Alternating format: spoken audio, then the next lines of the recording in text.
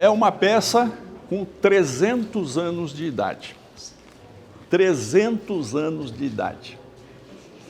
Essa peça chama-se, isso é um trumeau.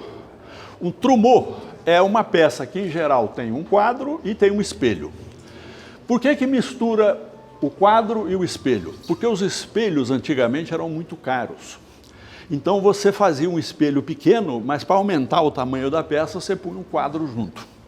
E isso, literalmente, em português, quer dizer entre portas. Naquelas grandes portas balcão das varandas, tem aquelas colunas, e isso é um trumeau, é o que vai no meio. Então, essa é a peça.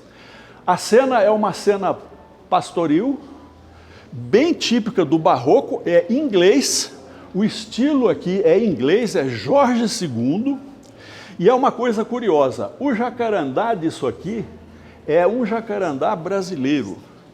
Portugal tinha o domínio, o comando de toda a venda de jacarandá na Europa. Todo mundo que precisava comprava deles, principalmente os ingleses. E aí você vê uma coisa curiosa, que o painel aqui de jacarandá, ele trai a idade. Eu tive que arrancar um pedacinho do painel, tirar, para recolar, etc. E você vê pela espessura, que é muito grosso. É de uma época que não tinha aquelas máquinas para fazer aqueles filmes finos. E aí isso confirmou a data do quadro. De quem é o quadro? Eu tenho suspeitas, mas como eu não consigo dizer é fulano, eu não vou apresentar. Mas é um pintor inglês. Na época, nem tinha muito costume do cara ficar assinando o quadro, né? Mas é um quadro, nós estamos falando de 1700 e pouco, 1720, por aí. Então, o conjunto inteiro é espetacular, né? Primeiro porque é em inglês, tem detalhes aqui que passam por Portugal, toda a parte traseira é em pinho de riga, e tem uma coisa curiosíssima, o cupim brasileiro não conseguiu comer. Por quê? Por quê? Não, porque o cara que comprou isso, ele passou atrás creosoto. É um produto de petróleo que realmente os bichos não gostam.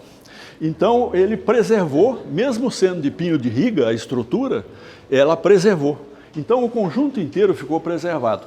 Mas é uma peça inglesa, e se você olhar o quadro em detalhes, você vai ver todas as características do barroco, vamos dizer assim, a idealização da vida do campo. A vida do campo era dura, mas o barroco era uma coisa assim, o cara faz uma coisa romântica, tá o cara aqui, a mulher dele com o neném, a cestinha de piquenique, os bichos tudo em volta, a cidade lá no fundo, a casa dele ali perto, quer dizer, é bem barroco e uma ruína romana, né? O que traz isso aqui? É o ambiente idílico da Itália, que os ingleses gostavam muito de copiar.